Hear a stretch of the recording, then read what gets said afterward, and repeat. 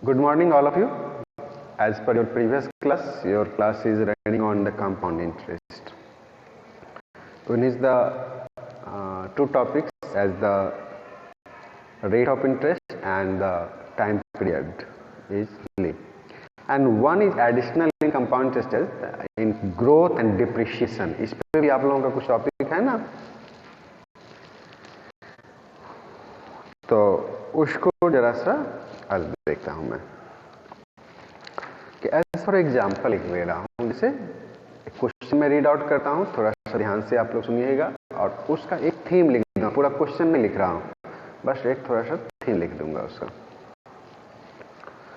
इसमें दिया हुआ a scooter was bought at ₹4,000 42,000 sorry a scooter was bought at ₹42,000. Its value depreciated at the rate of 8% per annum. Depreciated मतलब क्या होगा? घटना, डिक्रीज हो रहा है। Find its value after 1 year.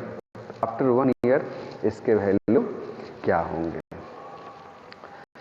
तो आप डिप्रिसिएशन हो या ग्रोथ हो, by using formula as amount equal to P into 1। Depreciation है तो -r/100, अगर ग्रोथ है तो +r/100 power n you use. तो here what is the principal? Principal यहां क्या हो गया आपका?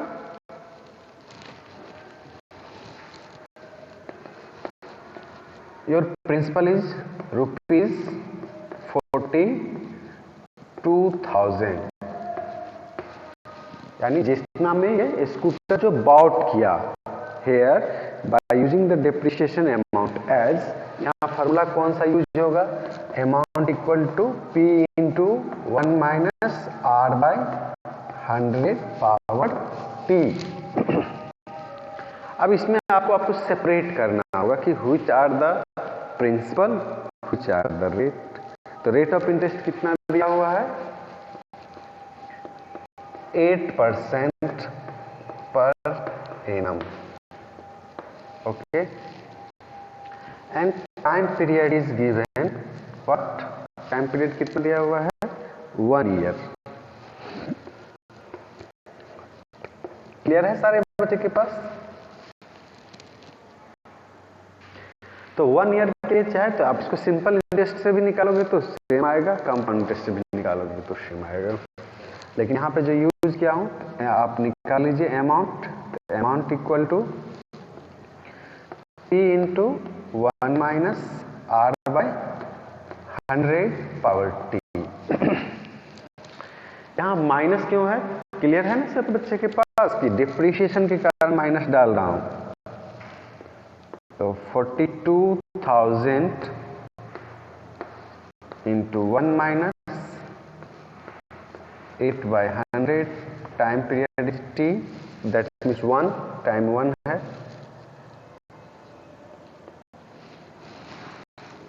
हेयर इट विल बी, किसी बच्चा सॉल्व हुआ है अभी तक?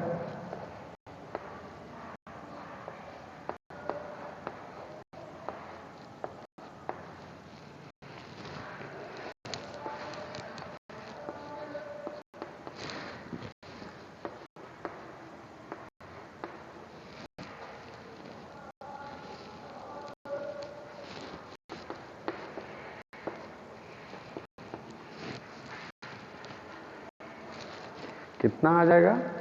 420 इंटू 92 यानी 4 36 3864 38,640 यानी 38,640। तो आप यहाँ पे इसको वर्ड में फिर डालेंगे। हैंस पूछ क्या है कि find the value after 1 year. Hence the value of a scooter is rupees 38,600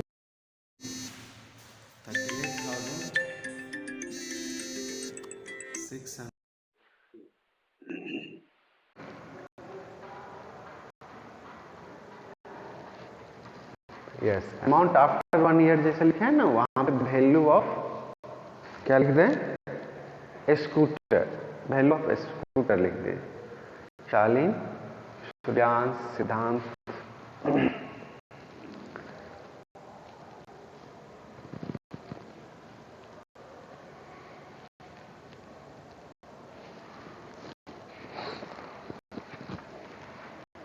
yes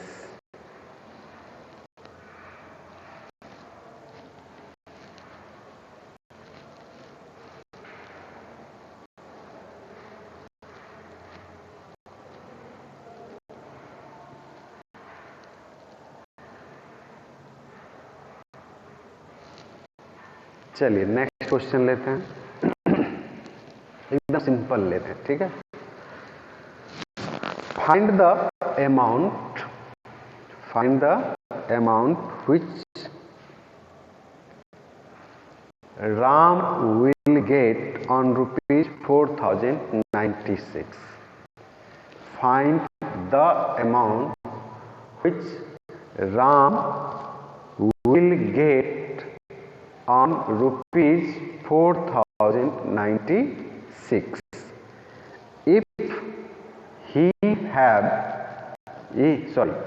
if he gave it for 18 months at 12 and 1/2% per annum, interest being compounded half yearly।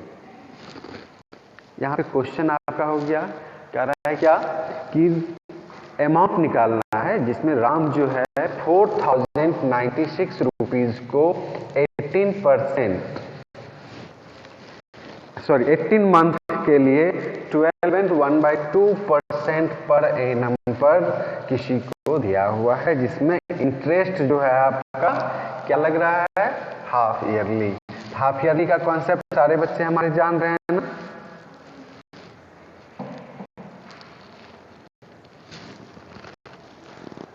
Okay तो in question number 2 here principal is rupees 4,096, and rate of interest is 12 1/2, that means 25/2% per annum, okay, and time is 18 month। तो 18 month है तो इसको पहले सबसे पहला step क्या आएगा आपका, मंथ को ईयर में कन्वर्ट कर दीजिए, यानी 18/12 ईयर, दैट मीन 6 3 जा 18, 6 2 जा 3/2 ईयर। अब यहाँ कर रहा है क्या, इंटरेस्ट कंपाउंड हाफ ईयरली, तब फिर एक बार आपको चेंज करना पड़ेगा, क्या लिखना पड़ेगा, 4 half yearly, for half yearly. Half yearly में क्या चेंज हो जाता है, टाइम पीरियड पहले हम चेंज करते हैं तो टाइम हमारा डबल हो जाता है, दैट मीन्स 2 से multiply, it will be 3 half year, 3 half year या 3 ईयर्स ले सकते हैं, ठीक है।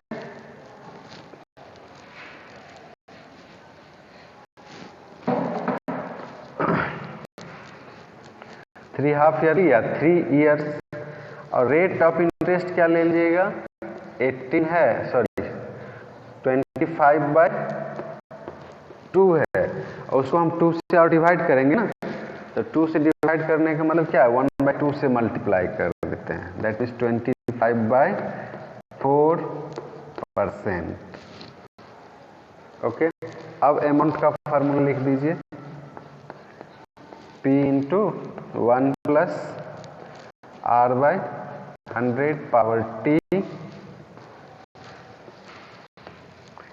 That means amount equal to P हो गया 4096, 1 प्लस 25/4 है, तो 4 आपको नीचे कर देते हैं, इसको 100 से मल्टीप्लाई करके टाइम पीरियड को 3, यानी 4096। आप लोग अपने से बना रहे हो ना?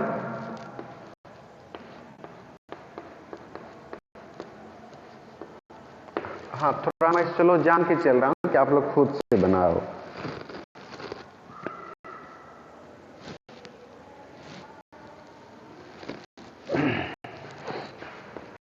तो 4096 इंटू 17/16 का होल क्यूब, 17 का होल क्यूब कितना होगा? 17 यानी 4913, 4913 और 16 का जगह 4096 rupees 4913 is your answer. Last में लिख दीजिए, hence required amount is rupees 4913।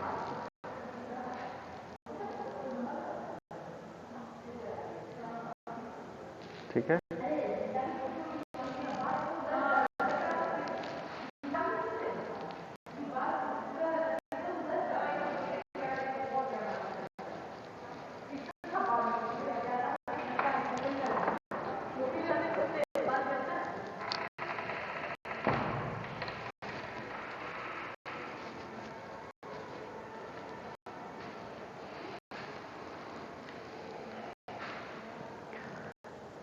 किसी बच्चे का और कुछ क्वेरी?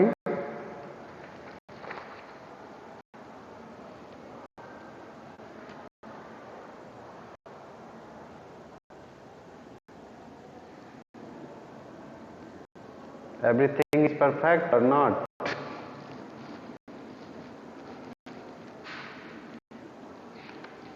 सारी चीज अच्छे से चल रहे हैं अभी?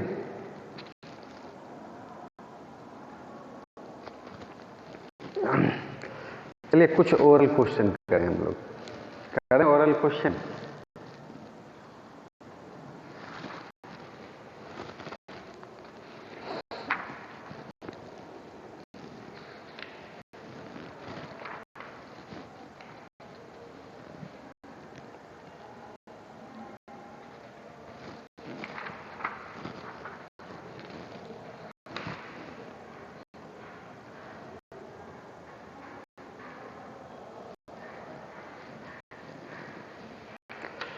यहां पे एक क्वेश्चन ले रहा हूं कि CP is equal to MP minus discount, ये ट्रू है या फॉल्स है? CP equal to MP minus discount, profit loss and discount से ले रहा हूं।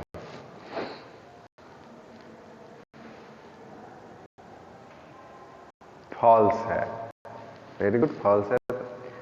सही जवाब क्या होगा इसका?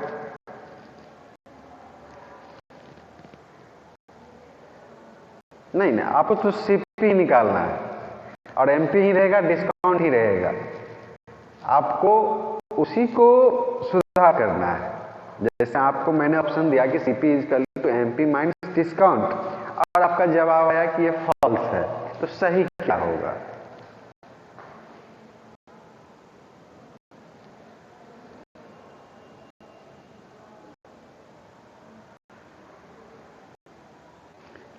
यहां मैंने कहा कि CP equal to MP minus discount. तो आप लोगों में से कुछ बच्चे ने जवाब दिया सर ये फॉल्स है। मैं कह रहा हूं कि सही क्या होगा?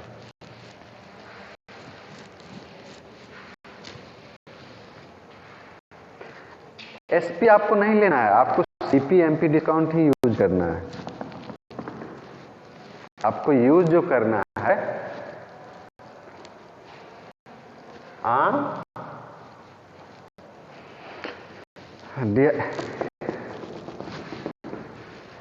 Yes, CP equal to MP plus discount. इस पर एक थोड़ा सा मैं समराइज करता हूं आप लोगों के साथ। सीपी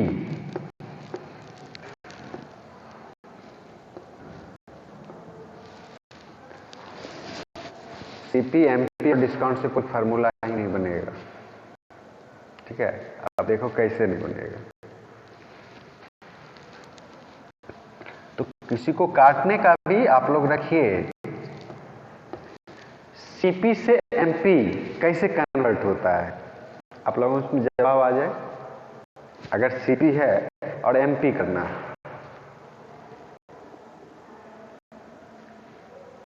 ना ना ना, एक मिनट। जैसे आप देखिए कोई बिजनेसमैन जो बिजनेस करता है तो वह क्या करता है, सबसे पहले कहीं से वो मार्केट से सामान लाता है। ठीक है, मार्केट से जो सामान लाता है तो क्या उसको सेम प्राइस पे बेच देता है?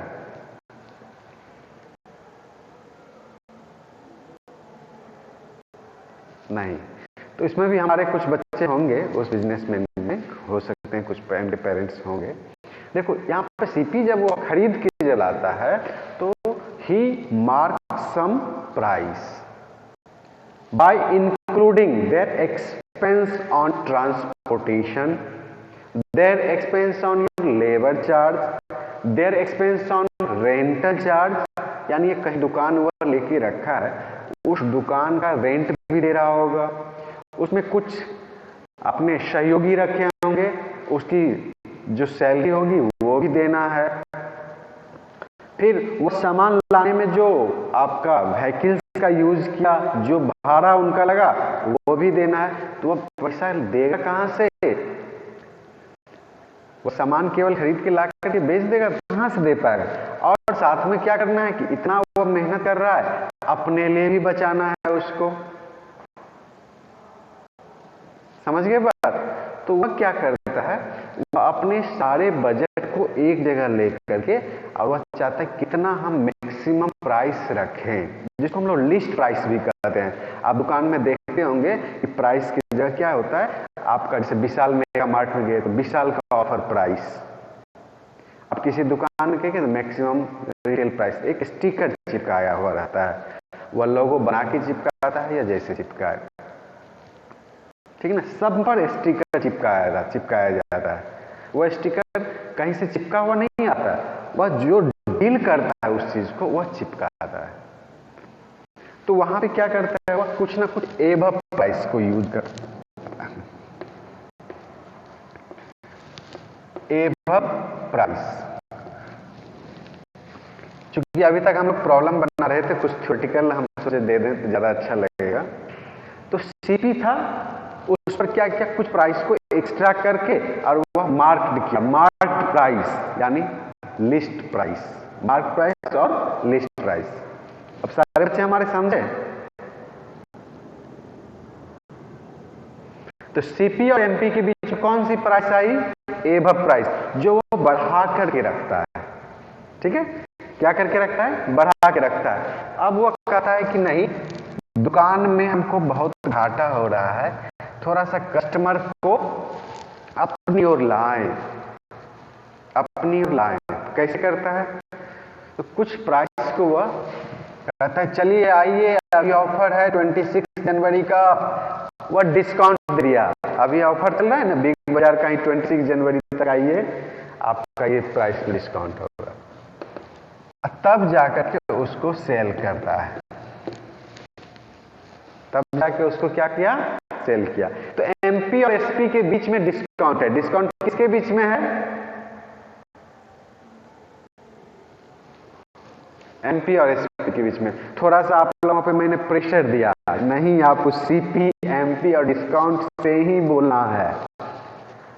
तो डियर स्टूडेंट, अगर आपके पास जानकारी है तो यू मस्ट अपोज, नहीं सर आप रॉन्ग बोल रहे हो, ठीक ना, पर आपकी कॉन्फिडेंस डगमगाना नहीं चाहिए। तो एमपी और एसपी के बीच में डिस्काउंट हुआ। अब बताइए लीजिए जो शॉपकीपर है वो अपना प्रॉफिट किस पर कंपेयर करेगा?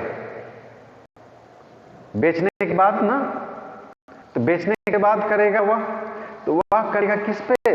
तो वह करेगा अपने कॉस्ट प्राइस पे और सेलिंग प्राइस पे, वह प्रॉफिट और लॉस को देखेगा। ठीक, अब थोड़ा सा एक चीज और हम लोग समझ लें। क्या डिस्काउंट जो देता है वह अपने घर से देता है? नहीं, अपना जो प्राइस जब लिया तो वह प्राइस में ही देखता है कि अच्छा मुझे 2 रुपया प्रॉफिट हो रहा है, चलो मैं 2 रुपया प्रॉफिट हुआ, मैं इसको 1 रुपया प्रॉफिट पे ही ले लेता हूं, चलो मैं 50% दे देता हूं इसको डिस्काउंट में। ठीक है। और दूसरी डिस्काउंट होता है कि जब वो स्टॉकिस्ट, जब वो सामान किसी शॉपकीपर को देता है तो वह क्या करता है, वो फैक्ट्री का जो कॉस्ट है कहता है कि नहीं, जो इसका जो आप मैन्युफैक्चर कॉस्ट हुआ उसमें ही आप इसको बेच दीजिए, आपको जो प्रॉफिट होगा हमको मैन्युफैक्चर कॉस्ट दे दीजिए और अपना आप सामान बेच लीजिए। अभी आप देखे होंगे ज्ञान भवन में कुछ सेल लगा हुआ था, जो आपको पेपर में भी आया था। पेपर देख रहे हैं आप लोग कि नहीं देखते हैं? हाँ, तो वह क्या करता है, मैन्युफैक्चर रेट पे जो अगर मान लीजिए कस्टमर, जैसे कोरोना ही चला और फैक्ट्री में इतने सामान मैंने प्रोडक्शन किया और ड्यू टू कोरोना वह प्रोडक्शन हमारा शॉपकीपर के पास, कस्टमर के पास, रिटेलर के पास, होलसेलर के पास नहीं जा पाया, तब तो मेरे तो बहुत नुकसान हुए। हम क्या करेंगे तब? तो हम क्या करेंगे तो उसको एक बड़े प्लेटफॉर्म को लेंगे और अपनी फैक्ट्री प्रोडक्ट को वहां ले जाएंगे और मिनिमम रेंज पर उसको बेच देंगे हम। जैसे आपने, हम लोग कोको कोला कोल्ड ड्रिंक पीते हैं ना, कोल्ड ड्रिंक में 15 रुपीज का कीमत होता है और उसका जो मैन्युफैक्चर कॉस्ट है 3 रुपीज 40 पैसे अप्रोक्सीमेटली, अब थोड़ा सा बड़ा हुआ, लगभग 3 रुपीज 40 पैसे पड़ता है। अब वो 3 रुपीज 40 पैसे आते आते आते आते 15 रुपीज पे चले जाता है। ठीक है। तो dear student, it is a chain between the CP, MP, SP and your profit loss and discount. अब कोई बच्चे से ये पूछे कि एबव प्राइस कैसे बढ़ेगा, इंक्रीजिंग अमाउंट है कि डिक्रीजिंग अमाउंट है?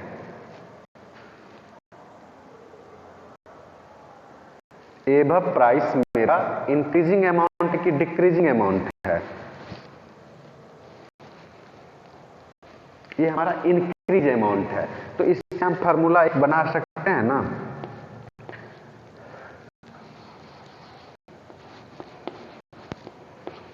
MP equal to CP into 1 plus above price by 100, और एबव प्राइस से CP अगर निकालें, CP equal to MP into 100 by 100 plus above price. AP का मतलब यहां क्या लिख रहा हूं, एबव प्राइस। दो फार्मूला यहां पे निकला हमारा। So you can write as above price equal to, कोई बच्चे हमारे कंफ्यूज नहीं ना हो रहे हैं?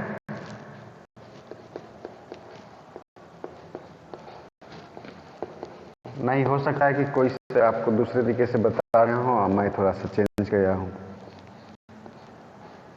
तो एबव प्राइस आपका क्या हो गया, MP माइनस CP। इससे आपके 3 फार्मूला और निकल जाएंगे, CP equal to MP plus MP minus above price या MP equal to CP plus above price. ठीक है। अब MP और डिस्काउंट से हम निकालते हैं।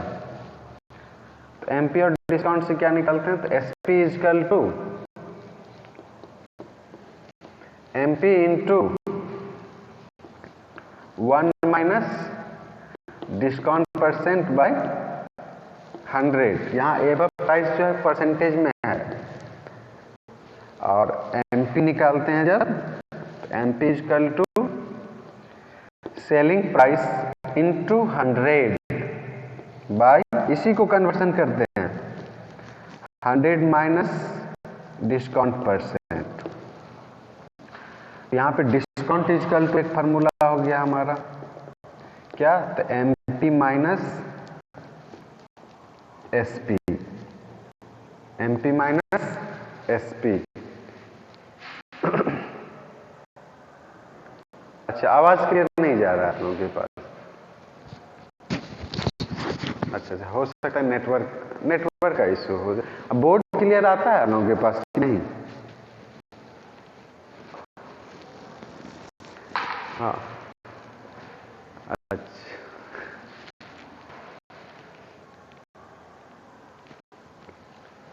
अच्छा, घर से जब क्लास लेते हैं तो वहां पे बोर्ड क्लियर रहता है आप लोगों का?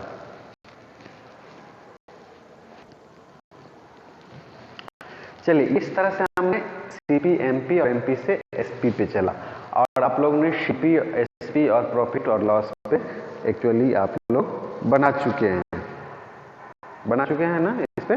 और बहुत पहले से हम लोग जान रहे हैं प्रॉफिट और एसपी का कोरिलेशन। और एक जो नई टॉपिक हमारी है वो वैट, वैल्यू एडेड टैक्स। कोई बच्चा इसमें से हमारे पास पूछा था कि सर वैल्यू एडेड टैक्स पर भी बता दीजिए। तो वैल्यू एडेड टैक्स, जैसे अपने एवब प्राइस चला ना, यह चला सीपी, एमपी और एवब price, just like with same way से वो चलेगा। जैसे आप अभी दुकान पे जाते हो और दुकान से आप बाहर जैसे ही निकलते हो जीएसटी लगता है। जो भी आप अच्छी दुकान में, रेस्टोरेंट में खाना खा के निकलोगे, खाना का बिल देखोगे कि नहीं मैंने तो 240 रुपीज़ का लिया, और उस पर हम देख रहे हैं क्या कि 5% हमारा और लग गया है, 248 रुपीज़ लग गया है। जिसमें एक SGST, स्टेट जीएसटी, और एक हमारा रहता है क्या, सेंट्रल जीएसटी, CGST, दोनों करके। एक में रहता है कि इंक्लूडिंग ऑल टैक्सेस करके। ऐसा देखें आप लोग?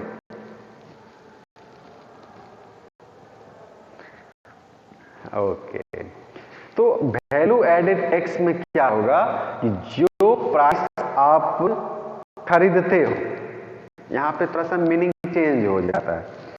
जो प्राइस पे आप खरीदते हो, यानी that on that price we purchase, that amount will be taken as the value, and tax will be extra on the amount on which we gate.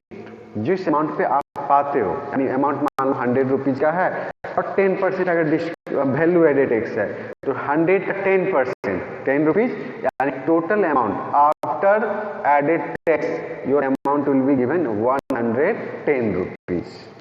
वो आपका क्या हो जाएगा? 110 रुपीज।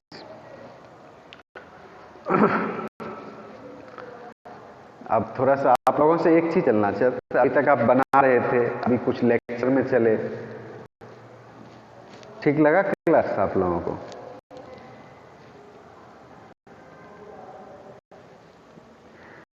अच्छा, एक हम लोग जीएसटी पर चलते हैं, ठीक है ना?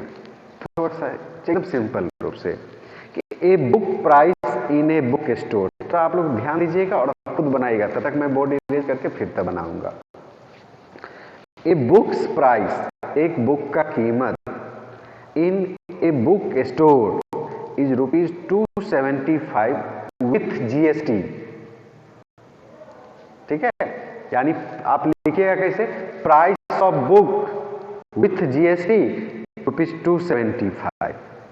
If the GST imposed is 7%, अगर जीएसटी 7% है तो उसका मार्क प्राइस बताइए क्या होगा? Find the mark price of the book. Question समझ गए सारे बच्चे हमारे? हम फिर से एक बार करें कि price of book with GST is 275। Price of book with GST is ₹275 और जीएसटी जो परसेंट दिया है 7%। तो कह रहा है कि फाइंड द मार्क प्राइस या find the price before including GST. GST से पहले उसका प्राइस क्या है।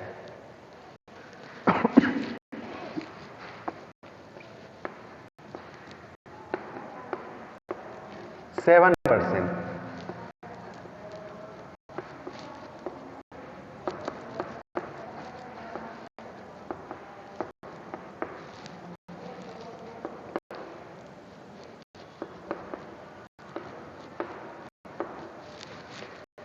Price of book with GST is ₹275 and your GST is 7%।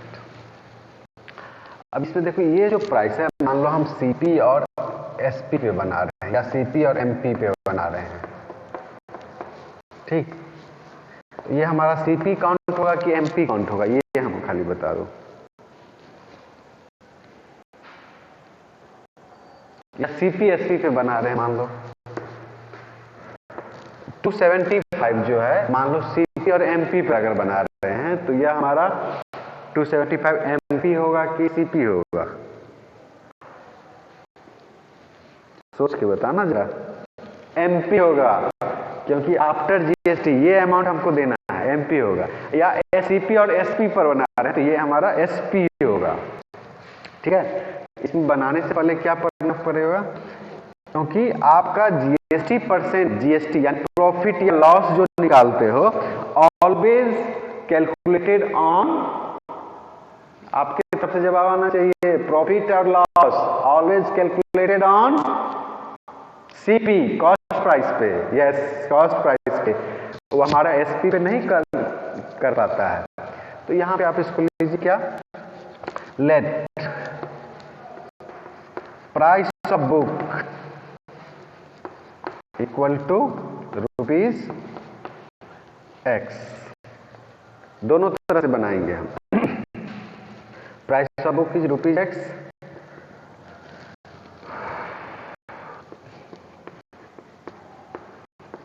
the price with GST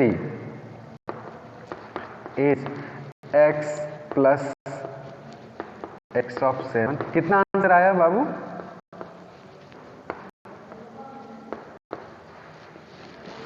ना थोड़ा सुधार करो, थोड़ा सा गड़बड़ आ रहा है। 7/100 दैट मीन्स ये आ जाएगा 100x प्लस 7x/100, 107x/100, ठीक।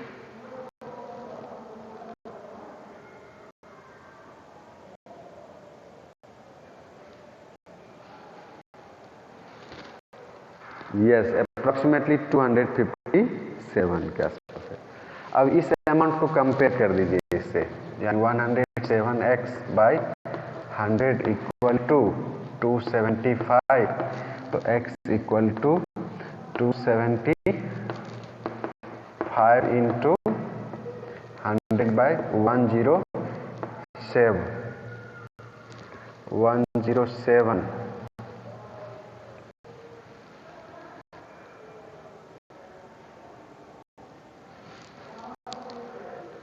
इसको सॉल्व कर लीजिएगा आप लोग।